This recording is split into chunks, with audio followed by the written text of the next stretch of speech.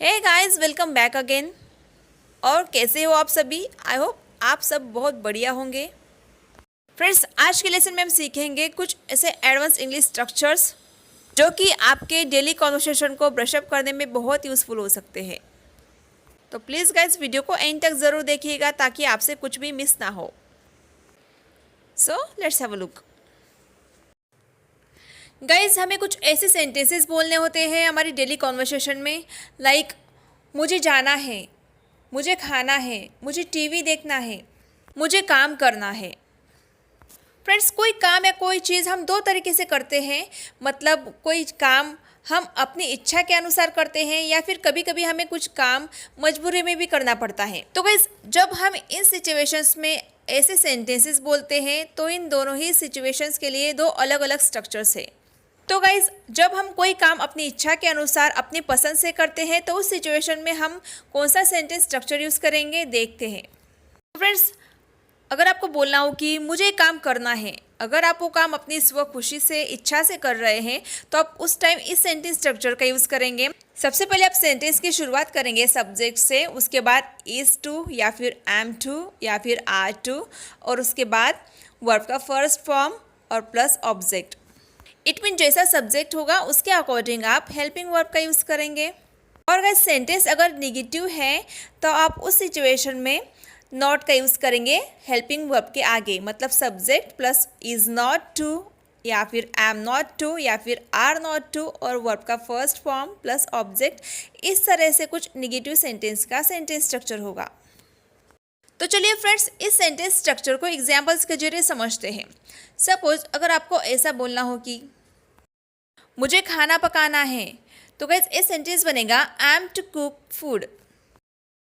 और गाइज, यही काम अगर आप कोई कंपल्शन में करते हो, मजबूरी में करते हो, मतलब अगर आपको खाना मजबूरी में बनाना पड़ता है तो उस सिचुएशन में आप कौन सा स्ट्रक्चर का यूज़ करेंगे वो मैं आगे आपको बताऊंगी।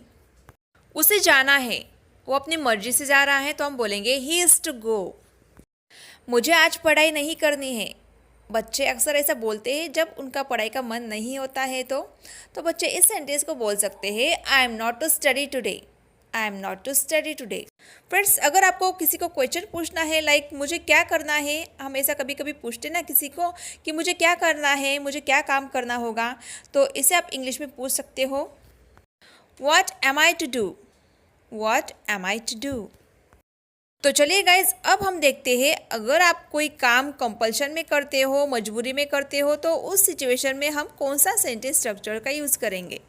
तो फ्रेंड्स, सेंटेंस की शुरुआत की जाती है सब्जेक्ट से, उसके बाद हैज़ टू और have to according to subject. उसके बाद यहाँ पे यूज़ किया जाता है वर्ब का फर्स्ट फॉर्म का और लास्ट में ऑब्जेक्ट। अगर सेंटेंस अगर निगेटिव हुआ तो हम यूज़ करेंगे सब्जेक्ट, उसके बाद डोंट मतलब डू नॉट या फिर डज नॉट का, और उसके बाद हैव टू, और उसके बाद वर्ब का फर्स्ट फॉर्म यहाँ पे आएगा और लास्ट में ऑब्जेक्ट आएगा। तो चलिए गाइस, इस सेंटेंस स्ट्रक्चर की हेल्प से कुछ सेंटेंसेस ट्रांसलेट करके देखते हैं। उसे पढ़ाई करनी है, ही हैज़ टू स्टडी। मुझे जाना है, आई हैव टू गो।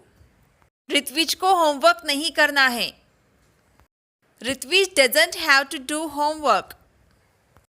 एक निगेटिव सेंटेंस है, मुझे तुम्हें रोज बताना पड़ता है, I have to tell you every day. आपको इतना सोचना क्यों पड़ता है, why do you have to think so much. Friends, इन्हीं सेंटेंसेस को अगर आप पास में बोलते हैं लाइक मुझे कल ऑफिस जाना था, उसे पढ़ाई नहीं करनी थी, तो गाइज इस तरह के सेंटेंसेस को भी दो सिचुएशंस में बोला जाता है। इस पहले सिचुएशन में आप कोई काम था जो आपने खुद की इच्छा से किया था, या फिर कोई काम जो आपने फोर्सफुली या फिर किसी के दबाव में आकर कंपल्शन में किया होगा। तो गाइस, यहाँ पर भी दोनों ही सिचुएशंस के लिए अलग अलग सेंटेंस स्ट्रक्चर्स हैं। तो उसमें से एक पहला सेंटेंस स्ट्रक्चर कौन सा है देख लेते हैं। सबसे पहले बोलेंगे हम सब्जेक्ट, उसके बाद वर्स टू या फिर वर टू, और उसके बाद हम यूज़ करेंगे वर्ब का फर्स्ट फॉर्म देन ऑब्जेक्ट। अगर सेंटेंस नेगेटिव हुआ तो आप यूज़ करेंगे इस सेंटेंस स्ट्रक्चर का subject plus was not to और were not to plus verb का फर्स्ट फॉर्म और देन ऑब्जेक्ट। ये सेंटेंस स्ट्रक्चर आप तब यूज़ कर सकते हैं जब आपको कोई काम अपनी इच्छा से करते हो। सपोज अगर आपको ऐसा बोलना हो कि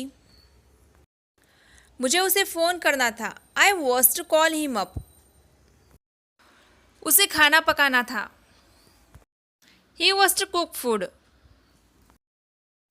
अगर आपको ऐसा बोलना हो, कोई सेंटेंस नेगेटिव बोलना हो, लाइक मुझे आज बाहर नहीं जाना था, तो ये सेंटेंस बनेगा I was not to go out today. और फ्रेंड्स, पास्ट में अगर हम कोई काम किसी कंपल्शन में, मजबूरी में करते हैं, तो उसके लिए एक सेंटेंस स्ट्रक्चर है, वो कुछ ऐसा होगा। आप सबसे पहले बोलेंगे सब्जेक्ट, उसके बाद हैड टू, देन वर्ब का फर्स्ट फॉर्म और लास्ट में ऑब्जेक्ट। और अगर सेंटेंस नेगेटिव हुआ तो आप सब्जेक्ट प्लस डिड नॉट और उसके बाद हैव टू का यूज़ करेंगे और प्लस वर्ब का फर्स्ट फॉर्म और देन ऑब्जेक्ट। तो चलिए फ्रेंड्स, इन दोनों ही सेंटेंस स्ट्रक्चर के कुछ एग्जाम्पल्स देख लेते हैं। मुझे आज घर की सफाई करनी थी। I had to clean the house today. मुझे वहाँ नहीं जाना था। I didn't have to go there. मुझे आज मेरा काम फिनिश करना था। I had to finish my work today.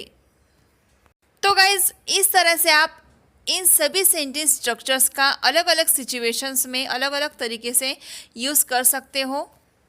Friends, आगे बढ़ने से पहले मैं आप सभी से एक बात कहना चाहती हूँ। अगर अभी तक आपने ई बुक परचेस नहीं किया है तो प्लीज़ कर लीजिए।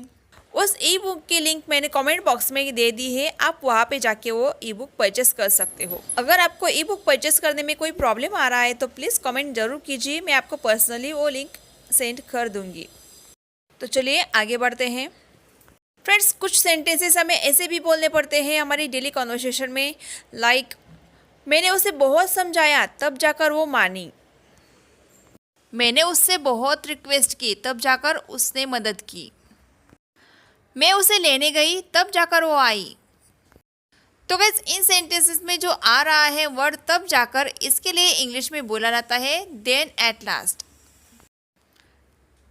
आइए इसकी कुछ एग्जाम्पल्स देखते हैं। अगर आपको ऐसा बोलना हो कि मैं उसे लेने गई तब जाकर वो मेरे साथ आया, तो कैसे सेंटेंस बनेगा I went to pick him up and then at last he came with me.